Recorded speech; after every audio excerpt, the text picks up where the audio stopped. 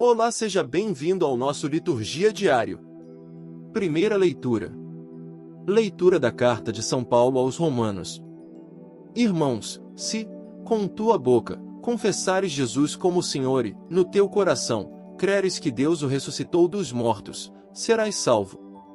É crendo no coração que se alcança a justiça e é confessando a fé com a boca que se consegue a salvação. Pois a Escritura diz: todo aquele que nele crer não ficará confundido. Portanto, não importa a diferença entre judeu e grego, todos têm o mesmo Senhor, que é generoso para com todos os que o invocam.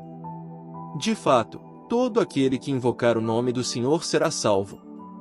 Mas como invocá-lo, sem antes crer nele? E como crer, sem antes ter ouvido falar dele? E como ouvir, sem alguém que pregue? E como pregar, sem ser enviado para isso? Assim é que está escrito: quão belos são os pés dos que anunciam o bem. Mas nem todos obedeceram à boa nova. Pois Isaías diz: Senhor, quem acreditou em nossa pregação? Logo, a fé vem da pregação e a pregação se faz pela palavra de Cristo. Então, eu pergunto: será que eles não ouviram? Certamente que ouviram, pois a voz dele se espalhou por toda a terra, e as suas palavras chegaram aos confins do mundo. Palavra do Senhor. Graças a Deus. Salmo responsório. Seu som ressoa e se espalha em toda a terra. Seu som ressoa e se espalha em toda a terra. Os céus proclamam a glória do Senhor, e o firmamento a obra de suas mãos. O dia ao dia transmite esta mensagem, a noite publica esta notícia. Seu som ressoa e se espalha em toda a terra. Não são discursos nem frases ou palavras, nem são vozes que possam ser ouvidas. Seu som ressoa e se espalha em toda a terra, chega aos confins do universo a sua voz. Seu som ressoa e se espalha em toda a terra. Seu som ressoa e se espalha em toda a terra.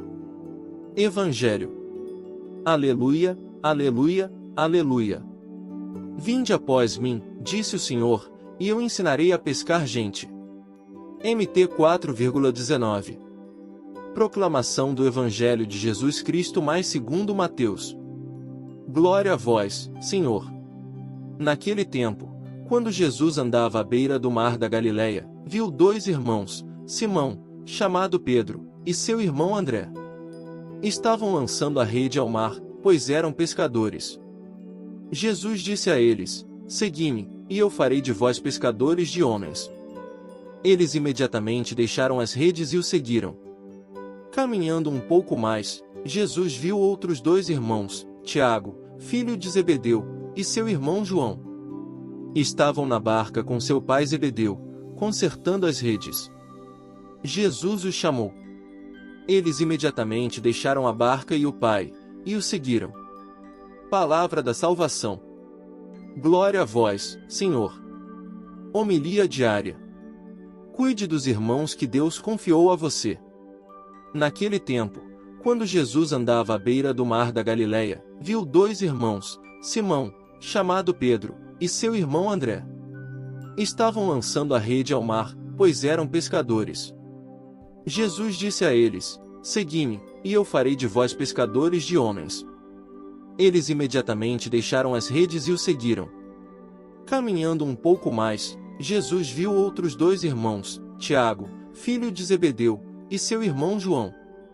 Estavam na barca com seu pai Zebedeu, consertando as redes. Jesus os chamou. Eles imediatamente deixaram a barca e o pai, e o seguiram. Mateus 4,18-22. Fiz questão de ler, na íntegra, o Evangelho de hoje. Estamos na festa de Santo André, apóstolo. E, na festa de um apóstolo, toca-nos muita velocidade com que os apóstolos responderam ao chamado de Jesus.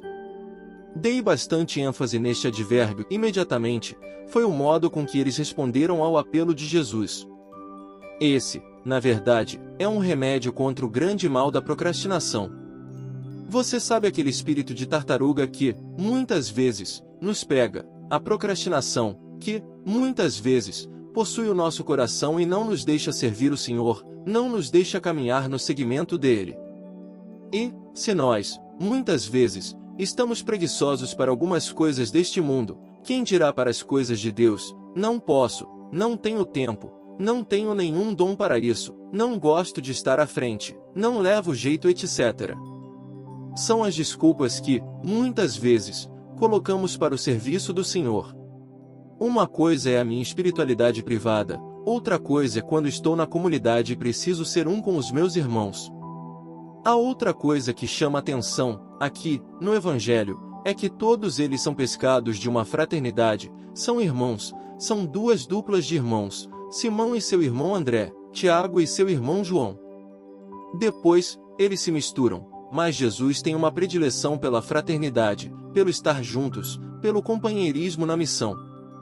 Ele pesca de uma fraternidade para constituir uma comunidade. Isso é muito bonito.